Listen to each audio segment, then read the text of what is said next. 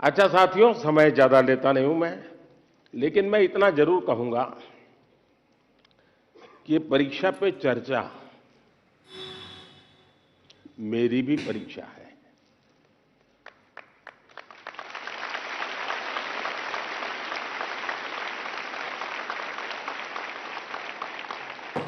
और देश के कोटि कोटि विद्यार्थी मेरी परीक्षा ले रहे हैं और मुझे ये परीक्षा देने में खुशी होती है, आनंद आता है, क्योंकि मुझे जो सवाल मिलते हैं लाखों की तादाद में, बहुत प्रोएक्टिवली बच्चे सवाल पूछते हैं, अपनी समस्या बताते हैं, व्यक्तिगत पीड़ा भी बताते हैं। मेरे लिए बड़ा सौभाग्य है कि मेरे देश का युवा मन क्या सोचता है, किन उलझनों से गुजरता है, देश से उसकी अपेक्षाएं क्या है, सरकारों से उसकी अपेक्षाएं क्या है, उसके सपने क्या है, संकल्प क्या है। यानी सचमुच में मेरे लिए ये बहुत बड़ा खजाना है।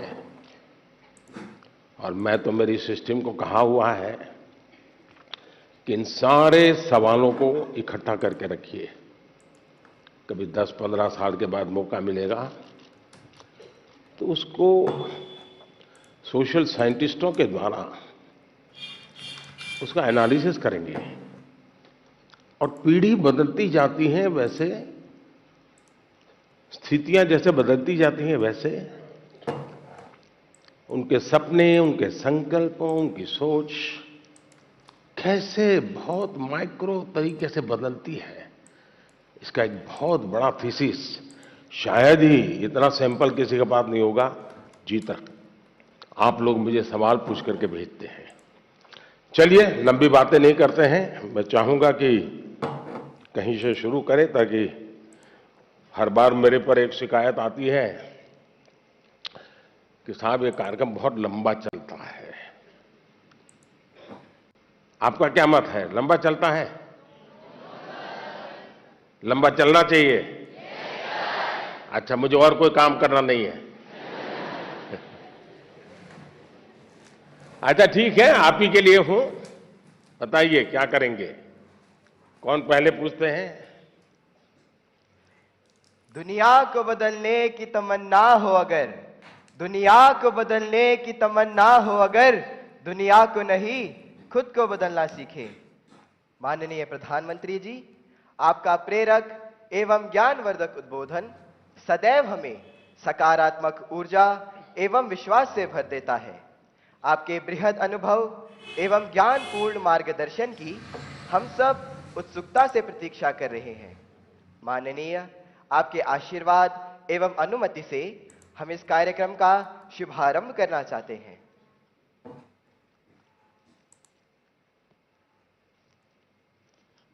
धन्यवाद मान्यवर।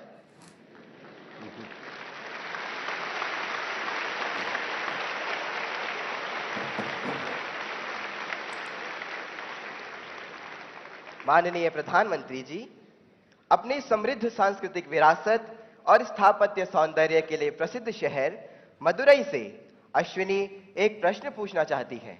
अश्विनी, कृपया अपना प्रश्न पूछिए। Honorable Prime Minister Sir, Namaskar. My name is Ashwini. I am a student of Kendra Vidyalaya number 2 Madurai, Tamil Nadu. My question to you sir is, how do I deal with my family disappointment if my results are not good? What if I don't get the marks I am expecting? Being a good student is also not an easy job. Expectations of others become so high that the person who's giving exam gets so much stressed and they go into depression. Nowadays, it is common for students to cut their hands and become irritated, and there is no one they could trust with their feelings. Kindly guide me on this. Thank you, sir. धन्यवाद Ashwini. Honorable Prime Minister Sir, Navtesh Dagur hails from the heart of India's capital, Delhi.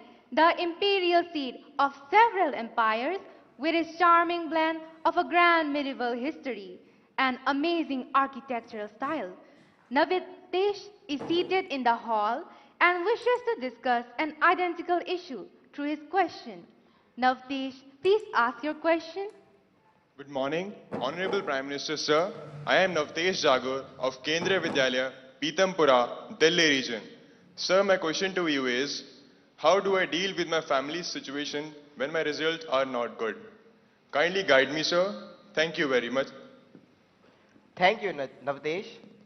माननीय प्रधानमंत्री जी, संसार को शांति और करुणा का संदेश देने वाले भगवान बुद्ध, गुरु गोविंद सिंह तथा वर्धमान महावीर की जन्मभूमि प्राचीन नगर पटना से प्रियंका कुमारी कुछ इसी प्रकार की समस्या से जूझ रही हैं और आपका मार्गदर्शन चाहती हैं। प्रियंका, कृपया अपना प्रश्न पूछिए। नमस्ते माननीय प्रधानमंत्री जी, मेरा नाम प्रियंका कुमारी है। मैं रवीन बालिका +2 विद्यालय से राजेंद्र नगर पटना से 11वीं की छात्रा हूँ। मेरा प्रश्न यह है कि मेरे परिवार में सब अच्छे नंबर से पास हुए हैं, मुझे भी अच्छा नंबर लाना है। इसके लिए मैं तनाव में चली गई हूँ, इसके लिए आप मुझे मार्गदर्शन दें। धन्यवाद। धन्यवाद प्रियंका। माननीय प्रधानमंत्री जी, अश्विनी, नवतेश एवं प्रियंका यह महसूस करते हैं कि यह महत्वपूर्ण मुद्दा कई छात्रों को प्रभावित करता है और इसे हल करने के लिए आपका मार्गदर्शन चाहते हैं। अश्विनी, आप क्रिकेट खेलती हैं क्या? क्रिकेट में गूगली बॉल होता है,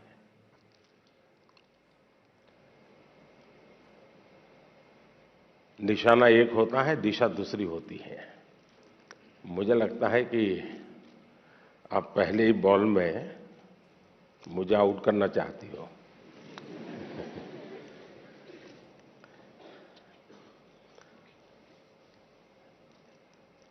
अगर परिवार के लोगों के आपके से बहुत अपेक्षाएं होना बहुत स्वाभाविक है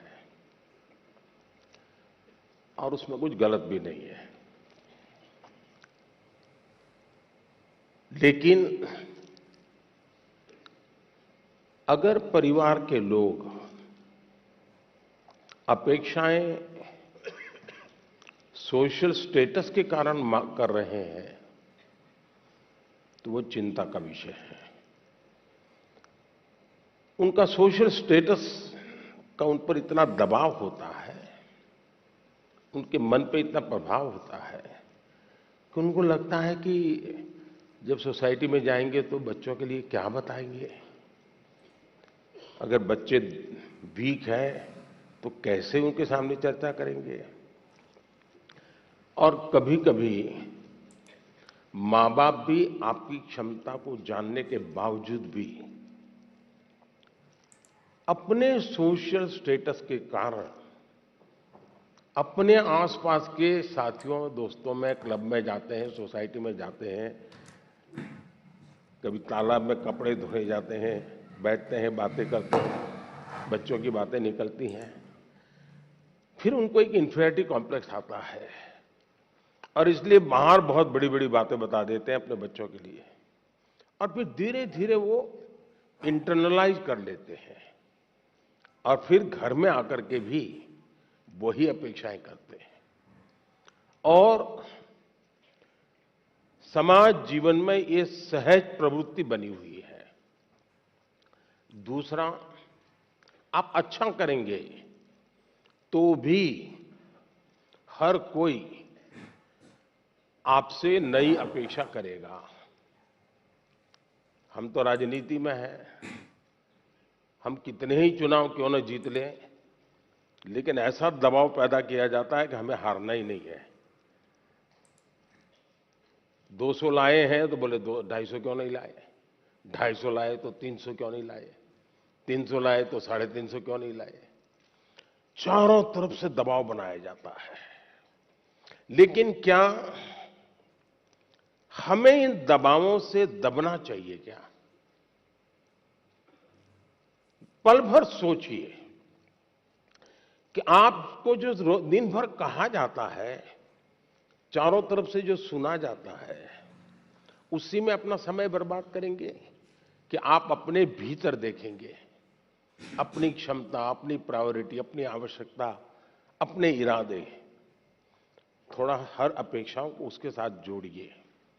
आप कभी क्रिकेट मैच देखने गए होंगे तो आपने देखा होगा कि कुछ बैट्समैन खेलने के लिए आते हैं और पूरा स्टेडियम, हजारों लोग होते हैं स्टेडियम में, वे चिल्लाना शुरू करते हैं, चौका चौका चौका, छक्का छक्का, सिक्सर। क्या वो ऑडियंस की डिमांड के ऊपर चौके और छक्के लगाता है क्या? ऐसा करता है क्या कोई प्लेयर? चिल्लाते रहे, कितना ही चिल्लाते रहे, उसका ध्यान उस बॉल पर ही होता है जो आ रहा है, उस बॉलर के माइंड को स्टडी करने की कोशिश करता है और जैसा बॉल है वैसे ही खेलता है, न कि ऑडियंस चिल्लाता है। फोकस रहता है। अगर आप भी अपनी एक्टिविटी में फोकस रहते हैं तो ये आपके जो कुछ भी दबाव बनता है, अपेक्षाएं बनती हैं, कभी न कभी आप उसको मिटवित करेंगे, आप उस संकटों से बाहर आ जाएंगे। और इसलिए मेरा आपसे आग्रह होगा कि आप दबावों के दबाव में न रहें। हां, कभी कभी दबाव को एनालिसिस कीजिए। कहीं ऐसा तो नहीं है कि आप स्वयं के विषय में अंडर एस्टिमेट कर रहे हैं। आपकी क्षमता बहुत है, लेकिन आप खुद ही इतने डिफरेंस मेंटालिटी के हैं कि नया करने के लिए सोचते नहीं। तो कभी कभी वो अपेक्षाएं बहुत बड़ी ताकत बन जाती है, बड़ी ऊर्जा बन जाती है। और इसलिए अपेक्षाएं, माँ बाप को क्या करना वो मैंने पहले ही कहा। सामाजिक दबाव में माँ बाप ने बच्चों पर दबाव ट्रांसफर नहीं करना चाहिए, लेकिन बच्चों ने अपनी क्षमता से कम भी अपने आप को नहीं आंकना चाहिए। और दोनों चीजों के बल देंगे तो मुझे पक्का विश्वास है कि आप ऐसी समस्याओं को बहुत आराम से सुलझा देंगे।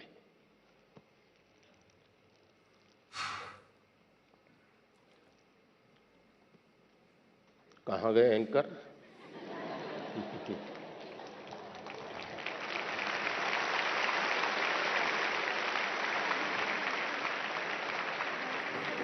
माननीय प्रधानमंत्री जी, आपका कोटि कोटि धन्यवाद। आपके प्रेरक वचनों से अभिभावकों का अपने बच्चों के लिए समझने का मार्ग मिला है। मान्यवर के दबाव में न रहें, हम गांठ बांधकर परीक्षा में उत्साह बनाए रखेंगे। आपका धन्यवाद। माननीय प्रधानमंत्री जी, चंबा प्रकृति के अनछुए सौंदर्य को समेटे भारत के पेरिस के रूप में प्रसिद्ध पर्वतीय नगर है। चंबा हिमाचल प्रदेश से आरुषि ठाकुर आभासी माध्यम से हमसे जुड़ रही हैं। आरुषि, कृपया अपना प्रश्न पूछे। माननीय प्रधानमंत्री जी नमस्कार। मेरा नाम आरुषि ठाकुर है और मैं केंद्रीय विद्यालय बनीखेत ढलौजी, जिला चंबा की कक्षा 11वीं की छात्रा हूँ। माननीय, मेरा आपसे यह प्रश्न है कि परीक्षा के दौरान जो बात मुझे सबसे ज़्यादा परेशान करती है वह यह है कि मैं पढ़ाई कहाँ से शुरू करूँ। मुझे हमेशा लगता है कि मैं सब कुछ भूल गई हूँ और मैं इसी के ही बारे में सोचती रहती हूँ, जो मुझे काफ़ी तनाव देता है। कृपया कर मार्गदर्शन कीजिए। धन्यवाद सर। धन्यवाद आरुषि। माननीय प्रधानमंत्री जी, भारत में धान का कटोरा के नाम से प्रसिद्ध राज्य छत्तीसगढ़ की राजधानी है रायपुर। रायपुर की अदिति दीवान इसी समस्या पर अपनी मन की जिज्ञासा का समाधान चाहती है। अदिति, अपना प्रश्न पूछिए। माननीय प्रधानमंत्री जी नमस्कार। मेरा नाम अदिति दीवान है और मैं कृष्णा पब्लिक स्कूल रायपुर छत्तीसगढ़ में कक्षा 12वीं की छात्रा हूँ। मेरा आपसे यह प्रश्न है कि मैं इस बात को लेकर चिंतित रहती हूँ कि मुझे बहुत कुछ करना है, लेकिन अंतिम तक मैं कुछ भी नहीं कर पाती हूँ, क्योंकि मेरे पास बहुत सारे कार्य होते हैं। यदि मैं अपना कोई कार्य समय पर पूरा कर भी लूँ, तो और ज्यादा परेशान हो जाती हूँ, क्योंकि फिर अन्य कार्यों को करने में या तो बहुत ज्यादा देर लगा देती हूँ या तो उन्हें आगे तक के लिए टाल देती हूँ। मैं यह जानने के लिए उत्सुक हूँ कि मैं अपने सारे काम सही समय पर कैसे पूरे करूँ। धन्यवाद। धन्यवाद अदिति। माननीय प्रधानमंत्री जी, आरुषि और अदिति अपनी परीक्षा की तैयारी एवं समय के सदुपयोग पर आपका मार्गदर्शन चाहते हैं। कृपया उनकी समस्या का समाधान करें। माननीय प्रधानमंत्री जी। देखिए, सिर्फ परीक्षा के लिए ही नहीं, वैसे भी जीवन में टाइम मैनेजमेंट के प्रति हमें जागरूक रहना चाहिए। परीक्षा और नो परीक्षा, आपने देखा होगा काम का ढेर क्यों हो जाता है। काम का ढेर इसलिए हो जाता है समय पर उसको किया नहीं इसलिए। और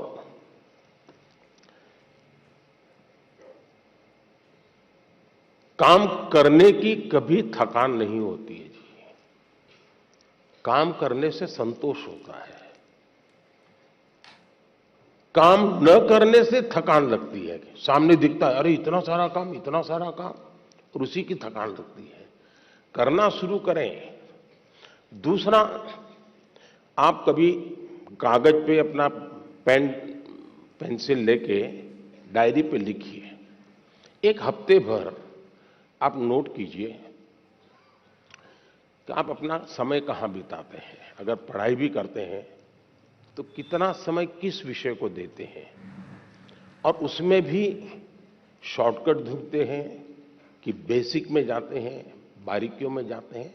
थोड़ा अपना एक एनालिसिस कीजिए। मैं पक्का मानता हूं कि आपको ध्यान में आएगा कि आप जो आपकी पसंद की चीजें हैं उसी में सबसे ज्यादा समय लगाते हैं और उसी में खोए रहते हैं। फिर 3 विषय ऐसे हैं जो कम पसंद है लेकिन जरूरी है, वो फिर आपको बोझ लगेगा। मैंने 2-2 घंटे मेहनत की लेकिन ये तो हुआ नहीं। और इसलिए आप सिर्फ पढ़ना 2 घंटे ऐसा नहीं, लेकिन पढ़ने में भी जब फ्रेश माइंड है तब जो सबसे कम पसंद विषय है, आपको सबसे ज्यादा कठिन लगता है, तय कीजिए पहली 30 मिनट इसको, फिर एक पसंदगी वाला विषय है 20 मिनट उसको, फिर थोड़ा कम पसंद वाला 30 मिनट उसको। आप ऐसा स्लैब बनाइए तो आपको रिलैक्सेशन भी मिलेगा और आपको धीरे धीरे उन विषयों पर रुचि बढ़ेगी जो आप नॉर्मली टालते हैं और अच्छे विषय में खोए रहते हैं। और समय भी तो बहुत जाता है। आपने देखा होगा, आप में से जो लोग पतंग चगाते होंगे, मुझे तो बचपन में बहुत शौक था। पतंग की जो माजा होता है, धागा होता है, वो कभी एक दूसरे में उलझ जाकर के एकदम से बड़ा गुच्छा बन जाता है। अब बुद्धिमान इंसान क्या करेगा? यूं यूं खींचेगा क्या? ताकत लगाएगा क्या? ऐसा नहीं करेगा। वो धीरे से एक एक तार को पकड़ने की कोशिश करेगा कि खुलने का रास्ता कहां है, और फिर धीरे धीरे धीरे खोलेगा तो इतना बड़ा गुच्छा भी आराम से खुल जाएगा और सारा माजा, सारा धागा एक जैसी जरूरत है वैसा उसके हाथ लग जाएगा। हमें भी उस पर जोर जबरदस्ती नहीं करनी है, आराम से सॉल्यूशन निकालना है। और अगर आराम से सॉल्यूशन निकालेंगे तो मुझे पक्का विश्वास है कि आप उसको बड़े ढंग से करेंगे। दूसरा, आपने कभी घर में अपनी मां के काम को ऑब्जर्व किया है क्या? यूं तो आपको अच्छा लगता है कि जैसे स्कूल से आए तो मां ने सब रेडी करके रखा था, सुबह स्कूल जाना था तो मां ने सब तैयार करके रख दिया था। लगता तो बहुत अच्छा है, लेकिन क्या कभी ऑब्जर्व किया है कि मां का टाइम मैनेजमेंट कितना बढ़िया है?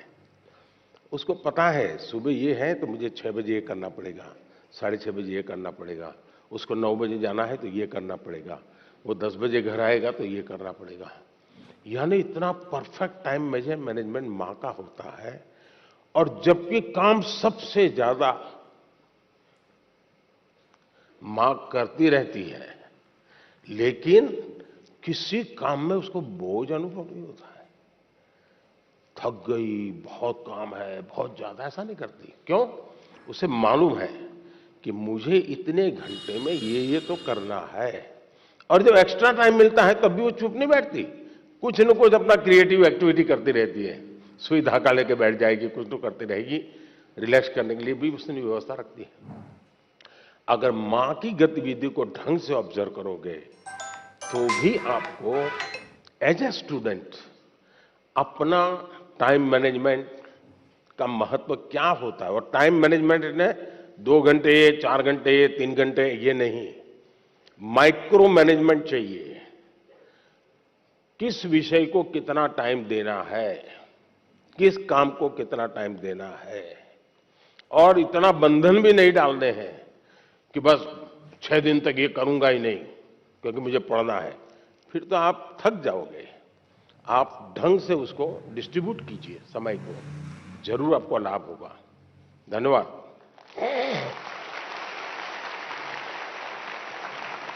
Thank you, Honorable Prime Minister, sir, for guiding us to be methodical and systematic in order to be an effective student.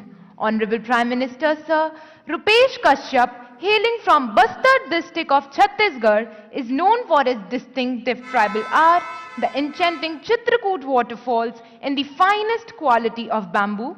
Rupesh is present here with us and needs your advice on a topic that is of vital significance. Rupesh, please ask your question. Good morning, Honorable Prime Minister, sir. My name is Rupesh Kashyap. I am a student of class 9 from Swami Atmanand Government English. Camera उस बच्ची पे लगाइए। हाँ। From Swami Atmanand Government English Medium School, Darwa, District Bastar, Chhattisgarh. Sir, my question is, how can I avoid unfair means in exams? Thank you, sir. Thank you, Rupesh. Honorable Prime Minister, sir, from the heritage city of Jagannath Puri, the spiritual capital of Odisha, famed for its magnificent cone-shaped layout, Rath Yatra, and serene beaches, Tanmay Biswal seeks your guidance on a similar issue. Tanmay, please ask your question. Honorable Prime Minister, sir, Namaskar. My name is Tanmay Biswal. I am a student of Jawahar Navodaya Vidyalaya, Konark, Puri, Odisha.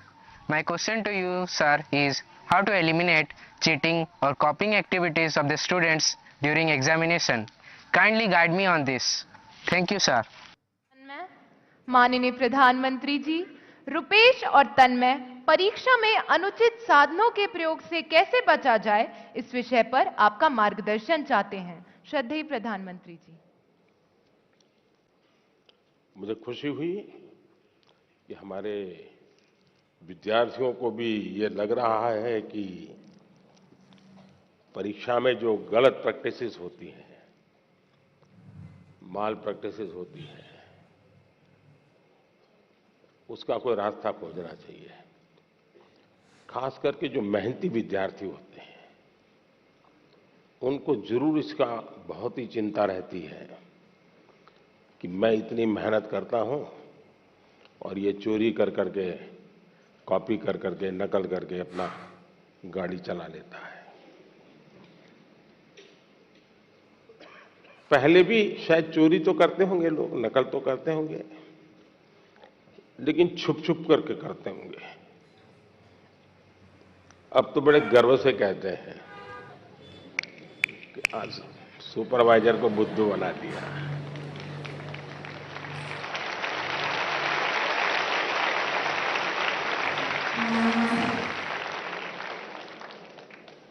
ये जो मूल्यों में बदलाव आया है वो बहुत खतरनाक है, और इसलिए समाज एज सच ये हम सबको सोचना होगा। दूसरा अनुभव आया है कि कुछ स्कूल या कुछ ऐसे टीचर्स जो ट्यूशन क्लासेस चलाते हैं, उनको भी लगता है कि मेरा स्टूडेंट अच्छे तरह से निकल जाए, क्योंकि मैंने उसके माँ बाप से पैसे लिए हैं, कोचिंग करता था, तो वे भी उसको गाइड करते हैं, मदद करते हैं नकल करने के लिए। करते हैं ना? ऐसे टीचर होते हैं ना? नहीं होते? तो बोलिए ना। हाँ। और उसके कारण भी दूसरा मैंने देखा है कि कुछ स्टूडेंट पढ़ने में तो टाइम नहीं लगाते, लेकिन नकल करने के तरीके ढूंढने में बड़े क्रिएटिव होते हैं।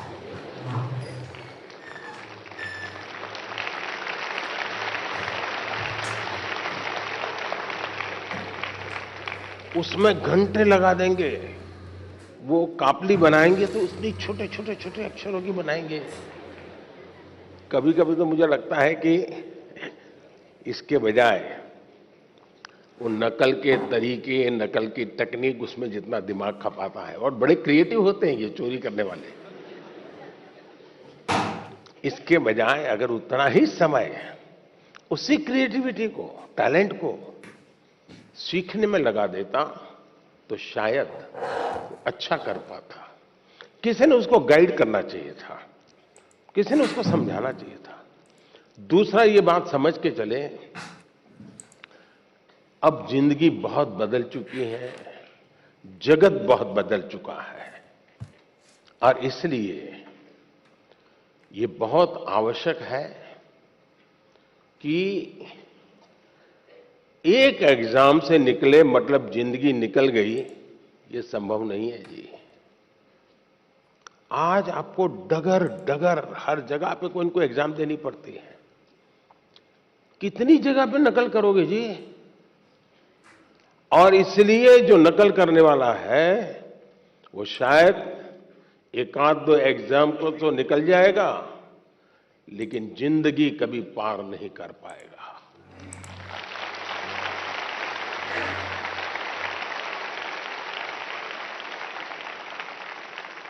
नकल से जिंदगी नहीं बन सकती है। हो सकता है एग्जाम में मार्क्स इधर उधर करके ले आए, लेकिन कहीं न कहीं तो क्वेश्चनेबल होगा ही। और इसलिए ये वातावरण हमको बनाना होगा कि एक आध एग्जाम में तुमने नकल की, हो गया, तुम निकल गए, लेकिन आगे चल करके शायद तुम जिंदगी में फंसे रहोगे। दूसरा, जो विद्यार्थी कड़ी मेहनत करते हैं उनसे भी मैं कहूंगा कि आपकी मेहनत आपकी जिंदगी में रंग लाएगी। हो सकता है कोई ऐसा ही फालतू 2-4 मार्क्स आपसे ऊपर ले जाएगा, लेकिन वो कभी भी आपकी जिंदगी की रुकावट नहीं बन पाएगा। आपके भीतर की जो ताकत है, आपके भीतर की जो ताकत है, वही ताकत आपको आगे ले जाएगी। कृपा करके उसको तो फायदा हो गया, चलो मैं भी उस रास्ते पर चल पड़ूं, ऐसा कभी मत करना, कभी मत करना दोस्तों। एग्जामें तो आती हैं जाती हैं, हमें जिंदगी जीनी है, जी भर के जीनी है, जीतते जीतते जिंदगी जीनी है। और इसलिए हमें शॉर्टकट की तरफ नहीं जाना चाहिए। और आप तो जानते हैं, रेलवे स्टेशन पर आपने देखा होगा, हर रेलवे स्टेशन पे पटरी जहां होती है ना, वहां ब्रिज होता है। तुम लोग ब्रिज पे जाना पसंद नहीं करते, पटरी कूद करके जाते हैं। कोई कारण नहीं, ऐसे ही बस मजा आता है। तो वहां लिखा है shortcut will cut you short. इसलिए कोई अगर शॉर्टकट से कुछ कर लेता होगा, आप उसके टेंशन को पालिए मत, आप अपने आप को उससे मुक्त रखिए, आप अपने पर फोकस कीजिए, आपको अच्छा परिणाम मिलेगा। धन्यवाद। धन्यवाद माननीय प्रधानमंत्री जी, आपके वचन सीधे हमारे हृदय में उतर गए हैं। आपका धन्यवाद। Honourable prime minister sir, From Palakkad, the land of paddy fields, where the gentle breeze carries the aroma of harvested crops and the sound of traditional Kerala music, Sujal K seeks your guidance. Sujal, please ask your question. नमस्कार आदरणीय प्रधानमंत्री महोदय, मेरा नाम तेजस सुजय है। मैं 9वीं कक्षा में केंद्रीय विद्यालय कंजीकोट एर्नाकुलम संभाग का छात्र हूँ। मेरा प्रश्न यह है, हार्ड वर्क और स्मार्ट वर्क में से कौन सा वर्क जरूरी है? क्या अच्छी परिणामों के लिए दोनों जरूरी हैं? कृपया अपना मार्गदर्शन दीजिए। धन्यवाद श्रीमान। Thank you, Sujal. Honorable Prime Minister, sir. क्या सवाल था उनका? क्या पूछ रहे थे? Sir, hard work के बारे में। Hard work। Hard work. Hard work और स्मार्ट वर्क। हार्ड वर्क और smart work. Thank you, sir.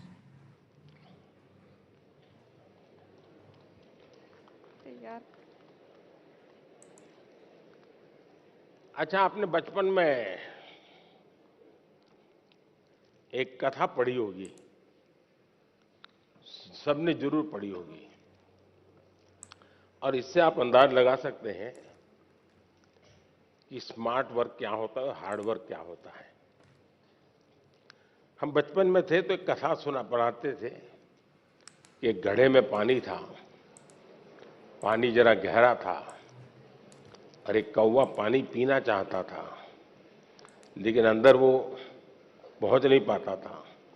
तो उस कौवे ने छोटे छोटे कंकर उठा करके उस घड़े में डाले और धीरे धीरे पानी ऊपर आया और फिर उसने आराम से पानी पिया। सुना है ये कथा? अब इसको आप क्या कहेंगे, हार्ड वर्क कहेंगे कि स्मार्ट वर्क कहेंगे?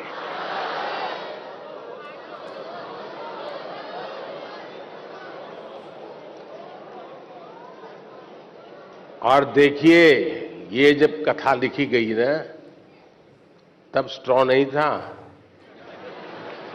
वरना एक कौवा बाजार में जाके स्ट्रॉ लेके आता। देखिए, कुछ लोग होते हैं जो हार्ड वर्क ही करते रहते हैं, कुछ लोग होते हैं जिनके जीवन में हार्ड वर्क का नामो निशान नहीं होता है, कुछ लोग होते हैं जो हार्डली स्मार्ट वर्क करते हैं, और कुछ लोग होते हैं जो स्मार्टली हार्ड वर्क करते हैं।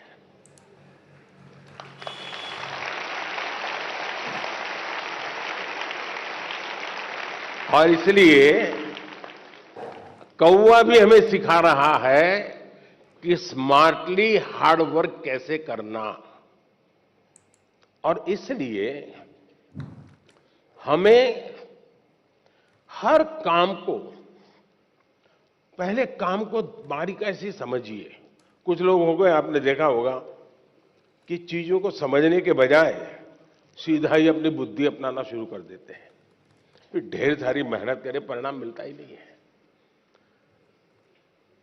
मुझे याद है, मैं बहुत पहले ट्राइबल बेल्ट में काम करता था, तो मुझे काफी इंटीरियर में जाना था। तो किसी ने हमें, उस जमाने की जो पुरानी जीप होती थी, उसने व्यवस्था की कि आप उसको लेके जाइए। अब सुबह हम कोई 5:30 बजे निकलने वाले थे, लेकिन हमारी जीप चली नहीं रही थी। हम अब ढेर सारी कोशिश की, धक्के मारे, ये किया, दुनिया भर का हार्ड वर्क किया, लेकिन हमारी जीप नहीं चली। 7, 7:30 बज गए तो एक मैकेनिक को बुलाया। अब मैकेनिक ने मुश्किल से 2 मिनट लगाया होगा और 2 मिनट में उसने ठीक कर दिया। और फिर वो कहे, साहब 200 रुपये देने पड़ेंगे। मैंने कहा, यार 2 मिनट का 200 रुपया? बोले, साहब ये 2 मिनट का 200 रुपया नहीं है, ये 50 साल के अनुभव का 200 रुपया है।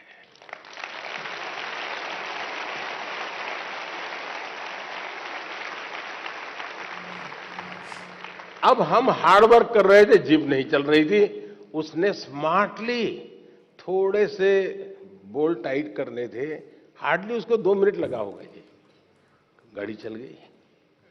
कहने का तात्पर्य ये है कि हर चीज बड़ी मेहनत मजदूरी से करेंगे तो होगा, ऐसा आपने देखा होगा। पहलवान जो होते हैं, यानी जो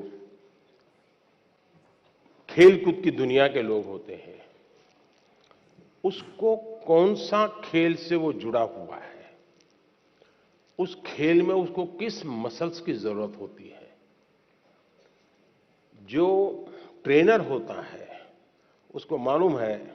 अब जैसे विकेट कीपर होगा तो विकेट कीपर को ऐसे ही झुक करके घंटों तक खड़े रहना होता है। अब हमें क्लास में कुछ गलत किया और टीचर कान पकड़ के नीचे बिठा देते हैं, ऐसे हाथ पैर में अंदर डाल के, तो कितना दर्द होता है कि नहीं होता है? एक तो साइकोलॉजिकल भी होता है, फिजिकल भी होता है कि पैर ऐसे करके कान पकड़ के बैठना होता है, तकलीफ होती है ना। लेकिन ये जो विकेट कीपर होता है ना, उसकी ट्रेनिंग का हिस्सा होता है, उसको घंटों तक ऐसे खड़ा रखते हैं ताकि धीरे धीरे उसके वो मसल मजबूत हो जाए ताकि वो विकेट कीपर के नाते अच्छा काम करे। बॉलर होता है तो उसको उस विधा की जरूरत नहीं है, उसको दूसरी विधा की जरूरत है, तो उसको वो करवाते हैं। और इसलिए हमें भी जिस चीज पे जरूरत है वहीं फोकस करना चाहिए जो हमारे लिए उपयोगी है। हर चीज प्राप्त करने की कोशिश से मेहनत बहुत लगेगी, हाथ पैर ऊंचे करते रहो, दौड़ते रहो, टिकना करो, फलाना करो, जनरल हेल्थ के लिए, फिटनेस के लिए ठीक है। लेकिन अगर मुझे अचीव करना है तो उन स्पेसिफिक एरियाज को मुझे एड्रेस करना होगा, और ये जिसको समझ होती है वो परिणाम भी देता है। अगर बॉलर है और उसके ये मसल्स ठीक नहीं है तो कहां बॉलिंग कर पाएगा, कितनी ओवर कर पाएगा। जो लोग वेट लिफ्टिंग करते हैं उनके अलग प्रकार के मसल्स को मजबूत करना होता है। हार्ड वर्क तो वो भी करते हैं, लेकिन वो स्मार्टली हार्ड वर्क करते हैं, और स्मार्टली हार्ड वर्क करते हैं तब जाकर के परिणाम मिलता है। बहुत बहुत धन्यवाद। Thank you, Honorable Prime Minister, sir, for your insightful guidance on choosing consistent hard work in our lives. माननीय प्रधानमंत्री जी, गुरु द्रोणाचार्य के नाम से विख्यात साइबर सिटी हरियाणा के प्रसिद्ध औद्योगिक नगर गुरुग्राम की छात्रा जोविता पात्रा सभागार में उपस्थित है और आपसे प्रश्न पूछना चाहती है। जोविता, कृपया अपना प्रश्न पूछें। Namaskar, Honorable Prime Minister Sir. My name is Jovita Patra and I am a student of class 10th of Jawahar Navodaya Vidyalaya, Gurugram, Haryana. It's my privilege and great honor to participate in the Pariksha Pe Charcha 2023. Honorable Prime Minister Sir, my question to you is, being an average student, how can I focus on my studies? Kindly guide me on this issue. Thank you, sir. धन्यवाद जोविता। माननीय प्रधानमंत्री जी, जोविता पात्रा एक average student आपसे exam में कैसे बेहतर करे इसके बारे में आपसे मार्गदर्शन चाहते हैं। कृपया उनका मार्गदर्शन करें। माननीय प्रधानमंत्री जी।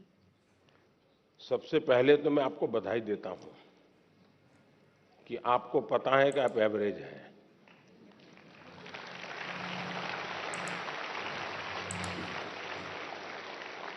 वरना ज्यादातर लोग ऐसे होते हैं जो बिलो एवरेज होते हैं और अपने आप को बड़ा तिश्मार का मानते हैं, सब बंदर के व्यापारी मानते हैं।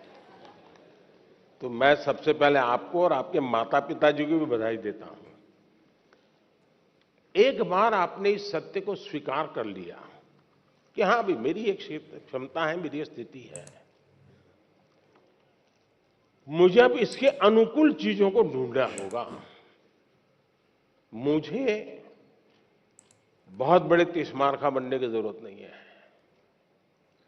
हम अपने सामर्थ्य को जिस दिन जानते हैं ना, तो हम सबसे बड़े सामर्थ्यवान बन जाते हैं।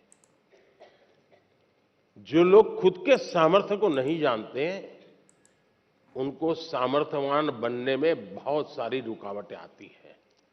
इसलिए इस स्थिति को जानना, ये अपने आप में ईश्वर ने आपको शक्ति दी है, आपके टीचर्स ने शक्ति दी है, आपके परिवार ने शक्ति दी है।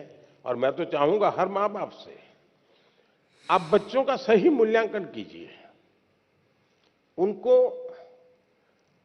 उनके अंदर हीन भावना पैदा होने मत दीजिए, लेकिन सही मूल्यांकन कीजिए। कभी कभी आप लोग उसको कोई बहुत बड़ी महंगी चीज लानी है तो आप आराम से उसको कहें, नहीं भैया अपने घर की इतनी ताकत नहीं है, ये चीज हम नहीं ला पाएंगे, ऐसा करो 2 साल इंतजार करो, उसमें कुछ बुरा नहीं है। अगर आप घर की स्थिति के संबंध में बच्चे से एनालिसिस करते हैं तो उसमें कुछ बुरा नहीं है। और इसलिए हम एक सामान्य स्तर के व्यक्ति हैं, और ज्यादातर लोग सामान्य स्तर के ही होते हैं जी। एक्स्ट्रा ऑर्डिनरी बहुत कम लोग होते हैं जी। लेकिन सामान्य लोग असामान्य काम करते हैं, और जब सामान्य व्यक्ति असामान्य काम करते हैं तब वो कहीं ऊंचाई पर चले जाते हैं, एवरेज के मानदंड को तोड़ करके निकल जाते हैं।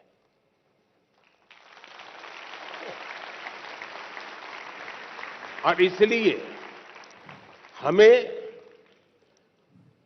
कभी भी ये सोचना है, दुनिया में आप देखिए ज्यादातर जो लोग सफल हुए हैं वो क्या है जी, वो किसी जमाने में एवरेज लोग थे जी, असामान्य काम करके आए हैं, बहुत बड़ा परिणाम लेके आए हैं। अब आपने देखा होगा इन दिनों दुनिया में पूरे विश्व की आर्थिक स्थितियों की चर्चा हो रही है। कौन देश कितना आगे गया, किसकी आर्थिक स्थिति कैसी है, और कोरोना के बाद तो ये बड़ा मानदंड बन गया है। और ऐसा तो नहीं है कि दुनिया के पास अर्थवेत्ताओं की कमी है, बड़े बड़े नोबेल प्राइज विनर हैं जो गाइड कर सकते हैं कि ऐसा करने से आर्थिक स्थिति ऐसी बनेगी, ऐसा करने से ऐसी आर्थिक स्थिति, कोई कमी नहीं है। ज्ञान का प्रवाह बांटने वाले तो हर गली मोहल्ले में आजकल अवेलेबल है, और कुछ विद्वान भी अवेलेबल है जिन्होंने बहुत कुछ किया है। लेकिन हमने देखा है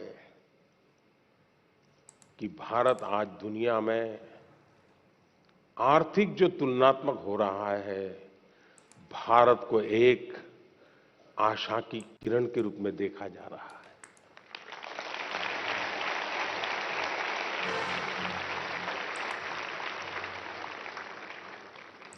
आपने 2-3 साल पहले देखा होगा, हमारी सरकार के विषय में यही लिखा जाता था कि इनके पास कोई इकोनॉमिस्ट नहीं है, सब एवरेज लोग हैं, प्राइम मिनिस्टर को भी इकोनॉमिक्स का कोई ज्ञान नहीं, ऐसा ही लिखा जाता था। आप पढ़ते हैं कि नहीं पढ़ते ऐसा?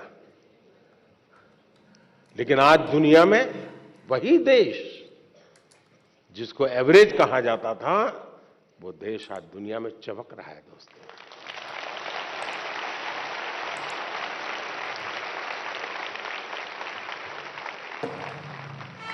और इसलिए हम इस प्रेशर में न रहे दोस्तों कि आप एक्स्ट्रा ऑर्डिनरी नहीं है, और दूसरी बात आप एवरेज भी होंगे, आपके भीतर कुछ न कुछ तो एक्स्ट्रा ऑर्डिनरी होगा ही होगा। और जो एक्स्ट्रा ऑर्डिनरी है उनके भीतर भी कुछ न कुछ एवरेज होगा। हर एक के पास ईश्वर ने एक अभूतपूर्व क्षमता दी होती है, बस आपको उसको पहचानना है, उसको खाद पानी डालना है, आप बहुत तेजी से आके निकल जाएंगे, ये मेरा विश्वास है। धन्यवाद। Thank you, Honorable Prime Minister, sir, for your wonderful encouragement to make many students and Indians feel valued and cherished. Honorable Prime Minister, sir, Mannat Bajwa hails from the capital city of Chandigarh, famed for its remarkable blend of urban planning with modern architecture and the scenic rock garden of the legendary Nek Chand. She seeks your guidance on a fundamental issue that affects many students like her. Mannat, please ask your question. माननीय प्रधानमंत्री जी, नमस्कार। मेरा नाम मन्नत बाजवा है। मैं Saint Joseph senior secondary school की छात्रा हूँ। मेरा आपसे प्रश्न यह है कि जब मैं अपने आप को आप जैसे प्रतिष्ठित स्थान पर रखकर कल्पना करती हूँ, जहाँ भारत जैसे देश को चलाना, जहाँ इतनी बड़ी जनसंख्या है और जहाँ अपनी राय रखने वालों की बहुतायत है, आपके बारे में नकारात्मक राय रखने वाले लोग भी हैं। क्या वह आपको प्रभावित करते हैं? यदि हाँ करते हैं तो आप आत्मसंदेह की भावना से कैसे उभरते हैं? मैं इसमें आपसे मार्गदर्शन चाहती हूँ। धन्यवाद श्रीमान। Thank you, Mannat. Honorable Prime Minister, sir, Astami Sen resides in South Sikkim, an area famous for its tea gardens, breathtaking beauty, and tranquil, undisturbed, snow-clad Himalayas. She also requests your directions on identical matter that needs to be addressed. Astami, please ask your question. माननीय प्रधानमंत्री जी, नमस्कार। मेरा नाम अष्टमी सेन है। मैं कक्षा 11वीं की छात्रा डीएवी पब्लिक स्कूल रंगित नगर दक्षिण सिक्किम से हूँ। मेरा प्रश्न आपसे ये है कि जब विपक्ष और मीडिया आपकी आलोचना करते हैं तो आप कैसे इनका सामना करते हैं, जबकि मैं अपने अभिभावकों की शिकायतों एवं निराशाजनक बातों का सामना नहीं कर पाती हूँ। कृपया मेरा मार्गदर्शन कीजिए। धन्यवाद श्री। थैंक यू अष्टमी। माननीय प्रधानमंत्री जी, राष्ट्रपिता महात्मा गांधी, सरदार पटेल और स्वामी दयानंद सरस्वती जैसे महापुरुषों की जन्मभूमि गुजरात की कुमकुम प्रताप भाई सोलंकी आभासी माध्यम से जुड़ रही हैं और इसी तरह की दुविधा में हैं। कुमकुम आपसे मार्गदर्शन चाहती है। कुमकुम, कृपया अपना प्रश्न पूछिए। माननीय प्रधानमंत्री महोदय, मेरा नाम सोलंकी कुमकुम है। मैं कक्षा 12वीं श्री हडाला बाल हाई स्कूल, जिला अहमदाबाद, गुजरात की छात्रा हूँ। मेरा प्रश्न यह है कि आप इतने बड़े प्रजातांत्रिक देश के प्रधानमंत्री हैं, जिन्हें कितनी सारी चुनौतियों का सामना करना पड़ता है। आप इन चुनौतियों से कैसे लड़ते हैं? कृपया करके मुझे मार्गदर्शन दीजिए। धन्यवाद। Thank you, Kumkum. Honorable Prime Minister, sir, Akash Zarira lives in the Silicon Valley of India, Bengaluru, known for being a perfect gateway to a plethora of activities, both traditional and modern. Through his question, he seeks your advice on a somewhat similar matter that has been concerning him for a while. Akash, please ask your question. नमस्ते मोदी जी, मैं आकाश दरीरा 12वीं कक्षा Whitefield global school Bangalore से। मेरा आपसे यह प्रश्न है कि मेरी नानी जी कविता ए माखीजा मुझे हमेशा सलाह देती है आपसे सीखने के लिए कि आप कैसे विपक्ष के लगाए हुए हर आरोप, हर आलोचना को टॉनिक और अवसर के रूप में देखते हैं। आप ऐसे कैसे करते हैं मोदी जी? कृपया हम युवाओं को भी प्रेरणा दें ताकि हम जीवन के हर परीक्षा में सफल हो। धन्यवाद। थैंक यू आकाश। माननीय प्रधानमंत्री जी, आपका जीवन करोड़ों युवाओं का प्रेरक रहा है। मन्नत, अष्टमी, कुमकुम और आकाश जीवन में आने वाली चुनौतियों में कैसे सकारात्मक रहकर सफलता प्राप्त करें, इस विषय पर आपका अनुभव जानना चाहते हैं। कृपया मार्गदर्शन करें। माननीय प्रधानमंत्री जी। आप लोग एग्जाम देते हैं और घर आकर के जब परिवार के साथ या दोस्तों के साथ बैठते हैं, कभी टीचर से निकट नाता है तो उनसे बैठते हैं और कोई सवाल का जवाब ठीक नहीं आया तो आपका पहला रिएक्शन होता है ये आउट ऑफ सिलेबस था। यही होता है ना, तो ये भी आउट ऑफ सिलेबस है।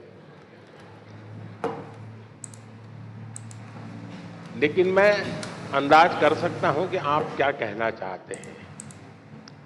अगर आपने मुझे न जोड़ा होता तो शायद आप अपनी बात को और ढंग से कहना चाहते होंगे, लेकिन शायद आपको मालूम है कि आपके परिवार वाले भी सुन रहे हैं, तो ऐसा खुल करके बोलने में खतरा है।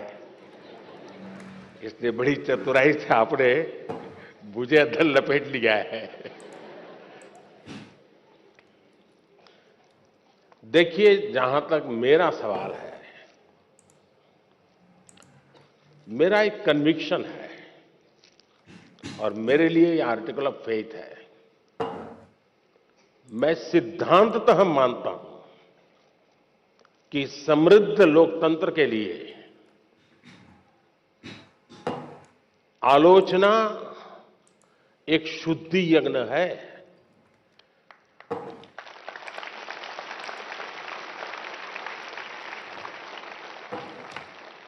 आलोचना ये समृद्ध लोकतंत्र की पूर्व शर्त है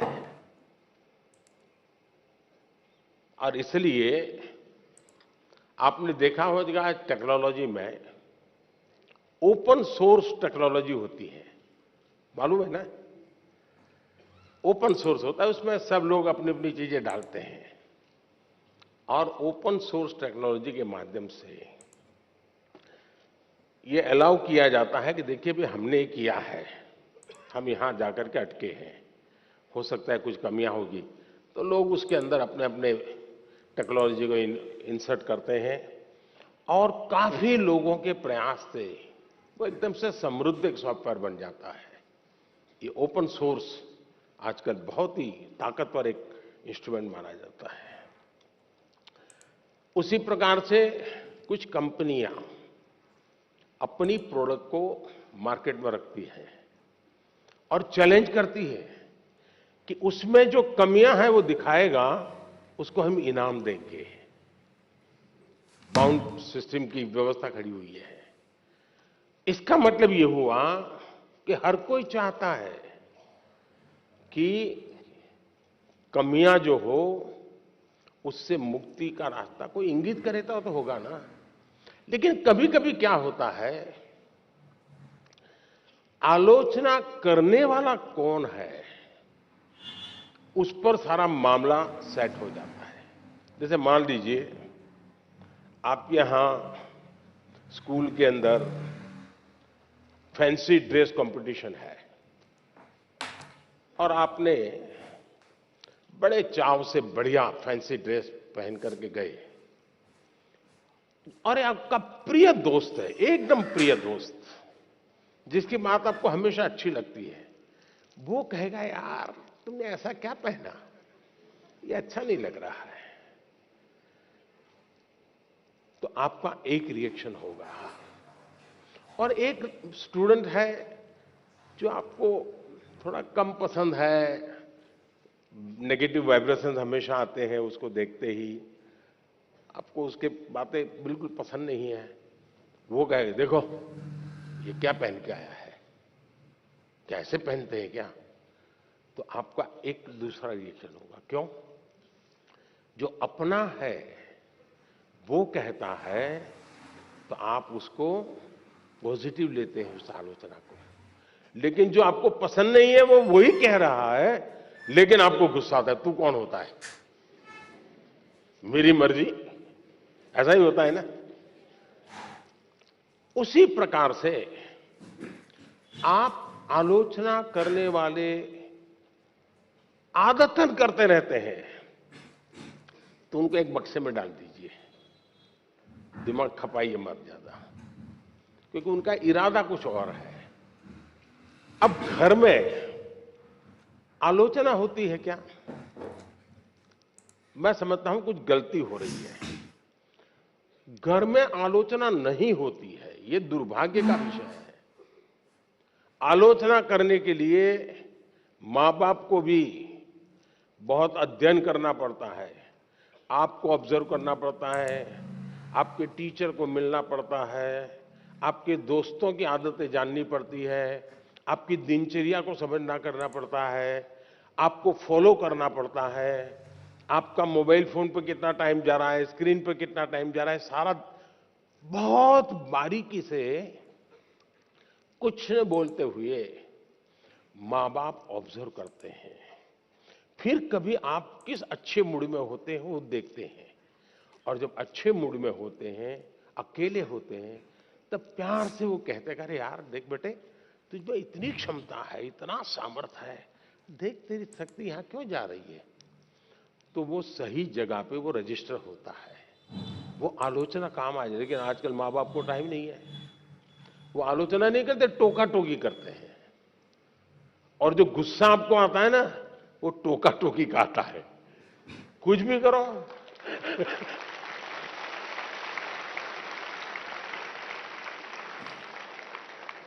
खाने पे बैठे हैं, कुछ भी कहेंगे, ये खाया तो भी कहेंगे, नहीं खाया तो भी कहेंगे, यही होता है ना।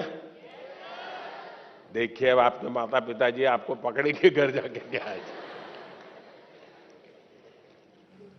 टोका टोकी जो है वो आलोचना नहीं है। अब मां बाप से मैं आग्रह करूंगा कि कृपा करके आप अपने बच्चों की भलाई के लिए ये टोका टोकी के चक्कर से बाहर निकलिए। उससे आप बच्चों की जिंदगी को मोल्ड नहीं कर सकते हैं। ऊपर से इतना मन से कुछ उस दिन अच्छे मूड में है, कुछ अच्छा करने के मूड में है, और आपने सुबह ही कुछ कह दिया, देख दूध ठंडा हो गया, तू दूध पीता नहीं है, शुरू कर दिया, तू तो ऐसा ही है, फलाना देख कैसा करता है, तुरंत सुबह अपनी माँ कहती है ऐसे दूध पी लेता है, फिर उसका दिमाग फटकता है, वो दिन भर का उसका काम है, बर्बाद हो जाता है। और इसलिए अब आप देखिए, हम लोग पार्लियामेंट में, कभी आप लोग पार्लियामेंट का डिबेट देखते होंगे, पार्लियामेंट का जो टीवी है, कुछ लोग बहुत ही अच्छी तैयारी करके आते हैं पार्लियामेंट में अपनी स्पीच देने के लिए, लेकिन स्वभाव से जो सामने विपक्ष के लोग होते हैं ना, वो आपकी साइकोलॉजी जानते हैं, तो कुछ में ऐसे ही कोई टिप्पणी कर देते बैठे बैठे, और उसको मालूम है कि टिप्पणी ऐसी है कि वो रिएक्ट करेगा ही करेगा। तो हमारा एमपी होता है, उसको लगता है अब इंपॉर्टेंट इसकी टिप्पणी है, इसलिए जो तैयारी करके आया है वो छूट जाती है, और वो उसी की टिप्पणी को जवाब देता रहता है।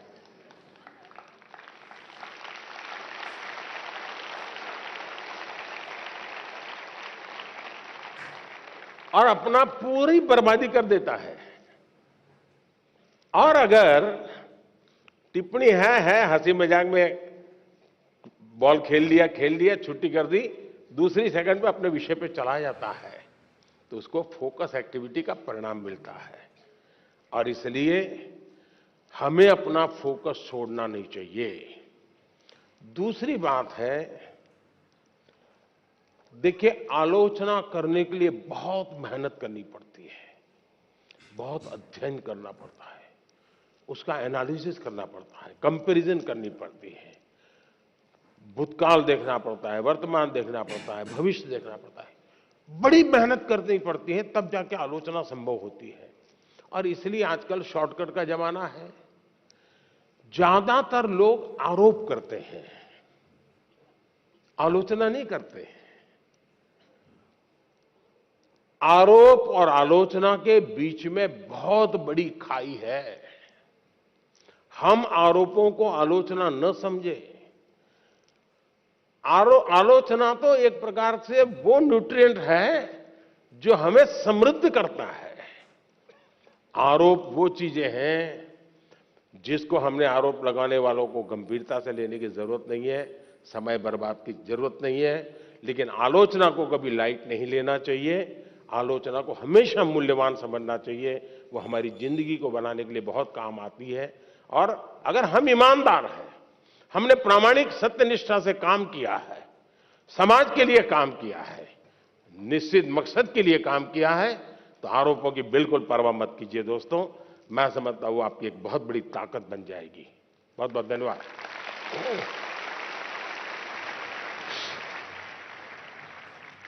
माननीय प्रधानमंत्री जी, आपकी सकारात्मक ऊर्जा ने करोड़ों देशवासियों को नया मार्ग दिखाया आपका धन्यवाद।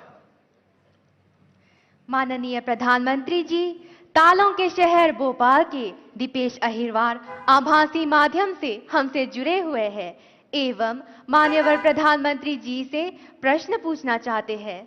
दीपेश, कृपया अपना प्रश्न पूछे। माननीय प्रधानमंत्री जी नमस्कार, मेरा नाम दीपेश अहिरवार है। मैं शासकीय उच्चतर माध्यमिक विद्यालय अहमदाबाद कोलकाता भोपाल का कक्षा 10वीं का छात्र हूँ।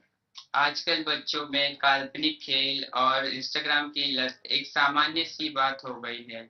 ऐसे समय में हम अपनी पढ़ाई पर कैसे ध्यान केंद्रित करें? माननीय सर, मेरा आपसे यह प्रश्न है कि हम बिना ध्यान भटकाए अपनी पढ़ाई पर कैसे ध्यान केंद्रित करें? मैं इस संबंध में आपसे मार्गदर्शन चाहता हूँ। धन्यवाद। धन्यवाद दीपेश। माननीय प्रधानमंत्री जी, अदिताभ गुप्ता का प्रश्न इंडिया टीवी द्वारा चुना गया है। अदिताभ हमसे आभासी माध्यम से जुड़े रहे हैं। अदिताभ, अपना प्रश्न पूछिए। मेरा नाम अदिताभ गुप्ता है। मैं 10th क्लास में पढ़ता हूँ। जैसे कि टेक्नोलॉजी बढ़ती जा रही है, वैसे भी हमारी डिस्ट्रैक्शन जो है वो और ज़्यादा बढ़ती जा रही है। हमारा फोकस पढ़ाई पे कम होता है और सोशल मीडिया पे ज़्यादा होता है। तो मेरा आपसे ये सवाल है कि हम पढ़ाई पे कैसे फोकस करें और सोशल मीडिया पे कम करें, क्योंकि आपके टाइम पे इतनी ज़्यादा डिस्ट्रैक्शंस नहीं होती थी जितनी अभी हमारे टाइम पे है। धन्यवाद अदिताभ। Honorable Prime Minister Sir, the next question comes from Kamakshi Rai on a subject that is central to many students. Her question has been selected by Republic TV. Kamakshi, please ask your question. Greetings, Prime Minister and everyone. I am Kamakshi Rai, studying in class 10th from Delhi. My question to you is, what are the different ways that can be adopted by a student to not easily get distracted during their exam times? Thank you. धन्यवाद कामाक्षी। माननीय प्रधानमंत्री जी, इस प्रश्न का चुनाव जी TV द्वारा किया गया है। मनन मित्तल हमसे आभासी माध्यम से जुड़े हैं। मनन, कृपया अपना प्रश्न पूछिए। नमस्ते प्रधानमंत्री जी, मैं मनन मित्तल डीपीएस बैंगलोर साउथ से बोल रहा हूं। मुझे आपसे एक प्रश्न है। ऑनलाइन पढ़ाई करते वक्त बहुत सारे डिस्ट्रैक्शंस होते हैं, जैसे कि ऑनलाइन गेमिंग वगैरह वगैरह। हम इससे कैसे बचें? ये स्टूडेंट है क्या?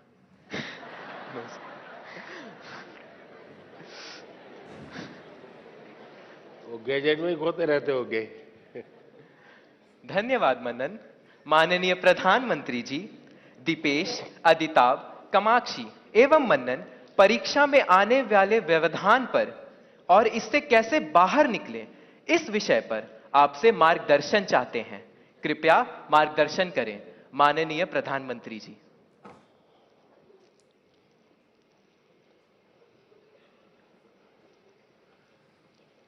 सबसे पहले तो निर्णय ये करना है कि आप स्मार्ट हैं कि गैजेट स्मार्ट है।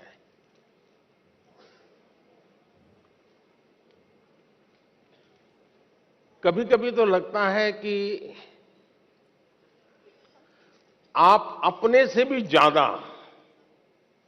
गैजेट्स को ज्यादा स्मार्ट मान लेते हैं और गलती वहीं से शुरू हो जाती है। आप विश्वास करिए, परमात्मा ने आपको बहुत शक्ति दी है। आप स्मार्ट हैं।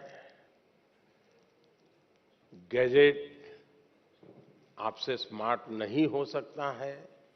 आपकी जितनी स्मार्टनेस ज्यादा होगी, उतना गैजेट का सही उपयोग आप कर पाएंगे। वो एक इंस्ट्रूमेंट है जो आपकी गति में नई तेजी लाता है। ये अगर हमारी सोच बनी रही तो मैं समझता हूं कि शायद आप उससे छुटकारा पाएंगे। दूसरा, देश के लिए बहुत बड़ी चिंता का विषय है जी। मुझे कोई बता रहा था कि भारत में एवरेज 6 घंटे लोग स्क्रीन पे लगाते हैं। 6 घंटे। अब जो इसका बिजनेस करते हैं उनके लिए तो खुशी की बात है। जब मोबाइल फोन पर टॉक टाइम होता था तो टॉक टाइम में कहते हैं कि उस समय एवरेज 20 मिनट जाती थी, लेकिन जब से स्क्रीन और उसमें से रील, क्या होता है, एक बार शुरू करने के बाद निकलते हैं क्या उसमें से बाहर? क्या होता है? नहीं बोलेंगे। अच्छा, आप लोग कोई रील देखते नहीं है? नहीं देखते हैं ना? तो फिर शर्माते क्यों हो, बताओ ना, निकलते हैं क्या बाहर अंदर से? देखिए, हमारी क्रिएटिव उम्र और हमारी क्रिएटिविटी का सामर्थ्य अगर एवरेज हिंदुस्तान में 6 घंटे स्क्रीन पर जाए तो ये बहुत चिंता का विषय है। एक प्रकार से गैजेट हमें गुलाम बना देता है। हम उसके गुलाम बनकर के जी नहीं सकते हैं। परमात्मा ने हमें एक स्वतंत्र अस्तित्व दिया है, स्वतंत्र व्यक्तित्व दिया है, और इसलिए हमें सचेत रहना चाहिए कि कहीं मैं इसका गुलाम तो नहीं हूं। आपने देखा होगा, आप कभी भी देखे होंगे, मेरे हाथ में कभी कोई मोबाइल फोन शायद आप रेयरली कभी देखा होगा, रेयरली। मैंने क्यों अपने आप को संभाल के रखा हुआ है, जबकि मैं एक्टिव बहुत हूं, लेकिन उसके लिए समय मैंने तय किया हुआ है। उस समय के बाहर मैं ज्यादा नहीं करता हूं। और इसलिए लोग, तो मैंने देखा है, अच्छी मीटिंग चल रही है, बहुत अच्छी, और थोड़ा सा वाइब्रेशन आया तो ऐसे निकाल के देखता है। मैं समझता हूं कि हमने खुद ने कोशिश करनी चाहिए कि हम इन गैजेट्स के गुलाम नहीं बनेंगे। मैं एक स्वतंत्र व्यक्तित्व हूं, मेरा स्वतंत्र अस्तित्व है, और उसमें से जो मेरे काम की चीज है उस तक ही मैं सीमित रहूंगा। मैं टेक्नोलॉजी का उपयोग करूंगा, मैं टेक्नोलॉजी से भागूंगा नहीं, लेकिन मैं उसकी उपयोगिता और आवश्यकता अपने मुताबिक करूंगा। अब मान लीजिए आपने ऑनलाइन डोसा बनाने की बढ़िया रेसिपी पढ़ ली, घंटा लगा दिया, कौन कौन से इंग्रेडिएंट्स होते हैं वो भी कर लिया, पेट भर जाएगा क्या? भर जाएगा क्या? नहीं भरेगा ना? उसके लिए तो डोसा बना के खाना पड़ेगा ना। और इसलिए गैजेट जो परोसता है वो आपको पूर्णता नहीं देता है। आपके भीतर का सामर्थ्य, अब आपने देखा होगा, पहले के जमाने में बच्चे बड़े आराम से पहाड़ा कर देते थे, पहाड़ा बोलते हैं ना, हैं? और बड़े आराम से बोलते थे। और मैंने देखा है कि जो भारत के बच्चे विदेश जाते थे ना, तो विदेश के लोगों को बड़ा आश्चर्य होता था कि ये कैसे इतना पहाड़ा बोल देता है। अब उसको कुछ लगता नहीं था।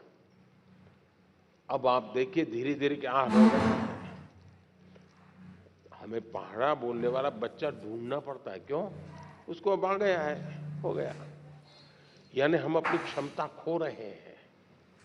हमें अपनी क्षमता खोए बिना क्षमता को आगे बढ़ाना, ये हमें कॉन्शियसली प्रयास करना पड़ेगा। अदरवाइज धीरे धीरे धीरे करके वो विधा खत्म हो जाएगी। हमारी कोशिश होनी चाहिए कि हम अपने आप को लगातार टेस्ट करते रहें, मुझे ये आता है कि नहीं आता है। वरना तो आजकल तो आर्टिफिशियल इंटेलिजेंस के इतने प्लेटफॉर्म आए हैं कि आपको कुछ करने की जरूरत नहीं है। उस प्लेटफॉर्म पे जाकर के चैट पर चले जाएंगे तो आपको दुनिया भर की चीजें बता करके दे देता है वो। अब तो गूगल से भी एक स्टेप आगे चला गया है। अगर आप उसमें फंस गए तो आपकी क्रिएटिविटी खत्म हो जाएगी। और इसलिए मेरा तो आग्रह रहेगा कि आप दूसरा, हमारे यहाँ आरोग्य का जो शास्त्र है पुरातन भारत में आरोग्य का, उसमें उपवास की परंपरा होती है कि कुछ जरा ऐसा लगता है तो ऐसा करो, आप फास्टिंग करो। कुछ हमारे देश में कुछ रिलीजियस रिचुअल्स में भी होता है फास्टिंग करो। अब वक्त बदल चुका है, तो मैं आपको कहूंगा, क्या आप हफ्ते में कुछ दिन या दिन में कुछ घंटे ये टेक्नोलॉजी का फास्टिंग कर सकते हैं क्या? कि उतने घंटे उसकी तरफ जाएंगे ही नहीं।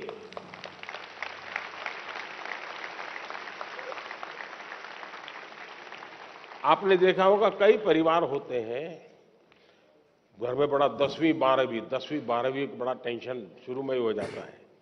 सारे कार्यक्रम तय करते हैं परिवार वाले, नहीं भाई अगली साल कुछ नहीं है, वो 10वीं में है, वो अगली साल कुछ नहीं है, वो 12वीं में है। ऐसा ही चलता है घर में। और फिर टीवी पे भी कपड़ा लगा देते हैं, हाँ नो टीवी, क्यों? एग्जाम है, 10वीं की एग्जाम है, 12वीं की एग्जाम है।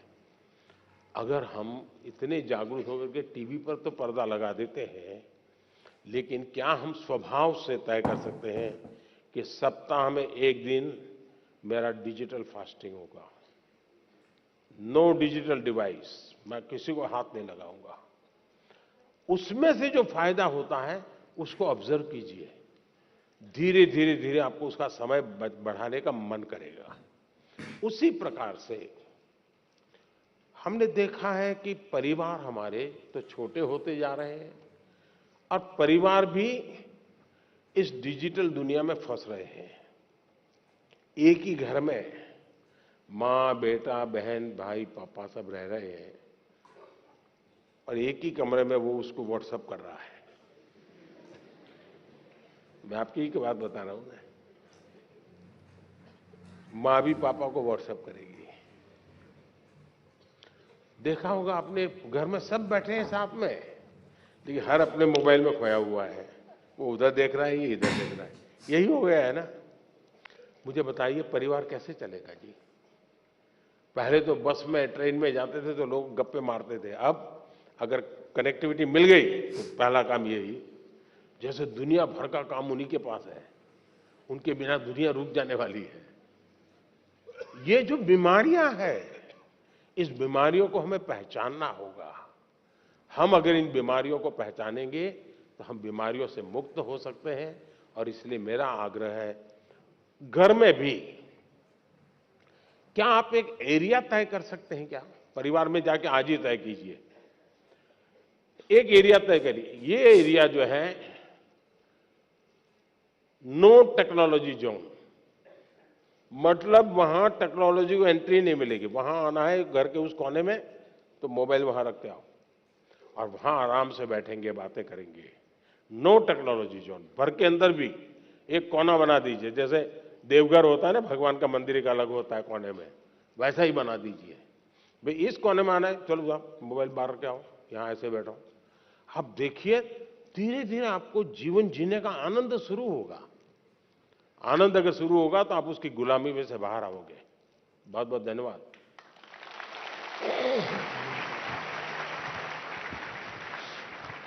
Thank you, Honorable Prime Minister, sir, for sharing such light-hearted mantra of digital fasting to tackle challenging situations in such an easy manner. माननीय प्रधानमंत्री जी, हिमालय पर्वतमाला में स्थित प्राकृतिक सौंदर्य से भरपूर यूनियन टेरिटरी जम्मू से निदा हमसे आभासी माध्यम से जुड़ रही हैं एवं आपसे प्रश्न पूछना चाहती हैं। निदा, अपना प्रश्न पूछे। Honorable Prime Minister Sir, Namaskar. I am Nida of class 10th from Government Model High Secondary School, Sujwa, Jammu. Sir, my question is, when we work hard but do not get the desired result, then how can we put that stress in a positive direction? Respected sir, have you ever been through such a situation? Thank you. धन्यवाद निदा। माननीय प्रधानमंत्री जी, भगवान कृष्ण के उपदेश की भूमि, खेल जगत में ख्याति प्राप्त नीरज चोपड़ा जैसे विख्यात खिलाड़ियों के प्रदेश हरियाणा के पलवल से प्रशांत आपसे प्रश्न पूछना चाहते हैं। प्रशांत, कृपया अपना प्रश्न पूछे। माननीय प्रधानमंत्री जी नमस्कार, मेरा नाम प्रशांत है।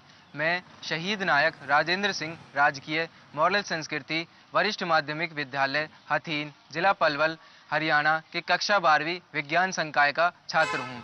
मेरा आपसे यह प्रश्न है कि तनाव परीक्षा के परिणामों को किस तरह प्रभावित करता है। मैं इसमें आपसे मार्गदर्शन चाहता हूँ।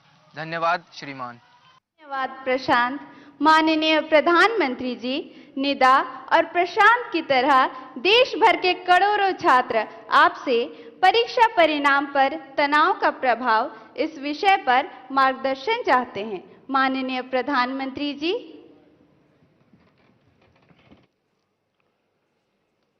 देखिए, परीक्षा के जो परिणाम आते हैं उसके बाद जो तनाव है उसका मूल कारण, एक तो हमने परीक्षा देकर के जब घर आए तो घर के लोगों को ऐसे पाठ पढ़ाए कि मेरा तो शानदार पेपर गया है, मेरा तो बिल्कुल 90 तो पक्का है और बहुत अच्छा करके आया हूं। तो घर के लोगों का एक मन बन जाता है और हमको भी लगता है कि वो गाली खानी ही है तो महीने भर के बाद खाएंगे, अभी तो बता दो उनको। और उसका परिणाम ये आता है कि वैकेशन का जो टाइम होता है, परिवार ने मान लिया होता है कि तुम सच बोल रहे हो और तुम अच्छा रिजल्ट लाने ही वाले हो, ऐसा मान लेते हैं। वो अपने दोस्तों को बताना शुरू कर देते हैं, नहीं इस बार तो बहुत अच्छा किया उसने और बहुत मेहनत करता था, अरे कभी खेलने नहीं जाता था, कभी रिश्तेदार के यहाँ शादी में, वो अपना जोड़ते रहते हैं जैसा मेरा बड़ा। और एग्जाम का रिजल्ट आने तक तो उन्होंने ऐसा माहौल बना दिया होता है कि बस ये तो फर्स्ट सेकंड के पीछे रहेगा ही नहीं। और जब रिजल्ट आता है 40-45 मार्क, फिर तूफान खड़ा हो जाता है।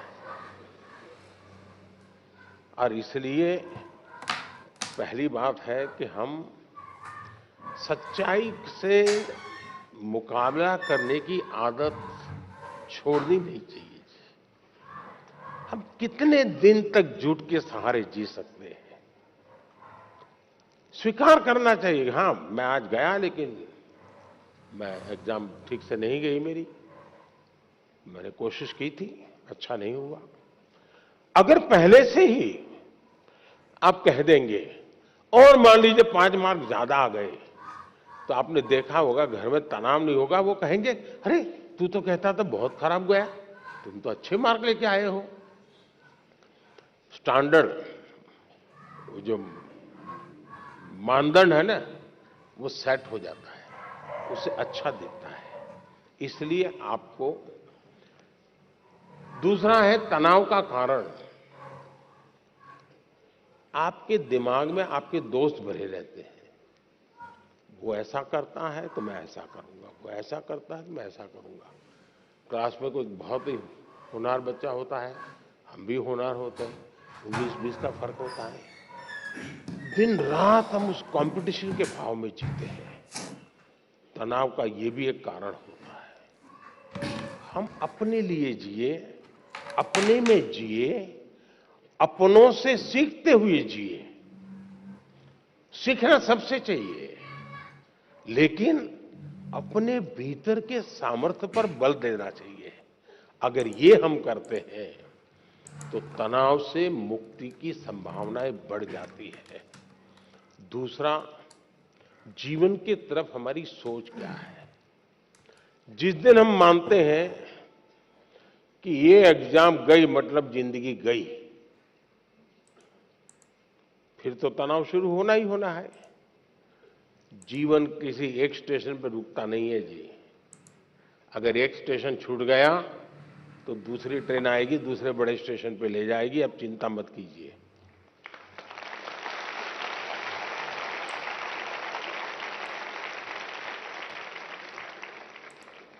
एग्जाम वो एंड ऑफ द लाइफ नहीं होता है जी।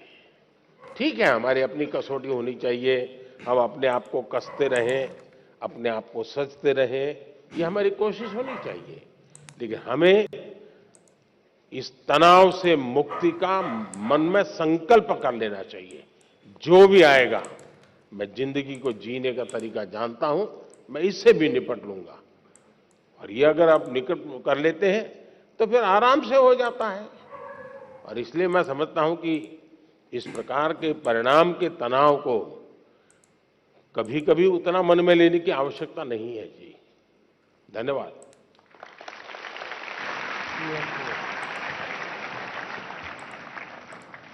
माननीय प्रधानमंत्री जी, आपका अनुभव सुनकर हमें नई चेतना आई है। आपका धन्यवाद। Honorable Prime Minister, sir, our Akshara Siri lives in the Rangareddy district in Telangana. She is in quest of a significant subject and looks up to you for directions. Akshara, please put forth your question. माननीय प्रधानमंत्री जी, सादर नमस्कार। मेरा नाम है are Akshara सिरी। मैं जवाहर नवोदय विद्यालय रंगारेड्डी हैदराबाद की 9वीं कक्षा की छात्रा हूँ। मान्यवर, मेरा प्रश्न है, हमें अधिक भाषाएं सीखने के लिए क्या करना चाहिए? मैं इसमें आपकी मार्गदर्शन चाहती हूँ। धन्यवाद श्रीमान।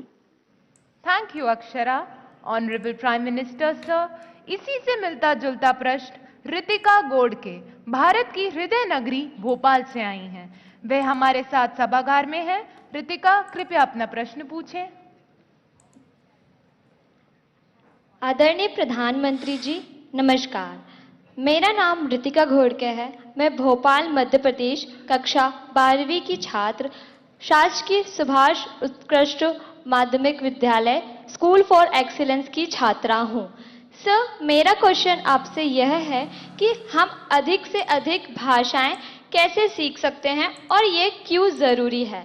धन्यवाद। धन्यवाद रितिका। माननीय प्रधानमंत्री जी, कृपया अक्षरा और रितिका को बहुभाषी कौशल प्राप्त करने के लिए मार्गदर्शन करें, जो कि समय की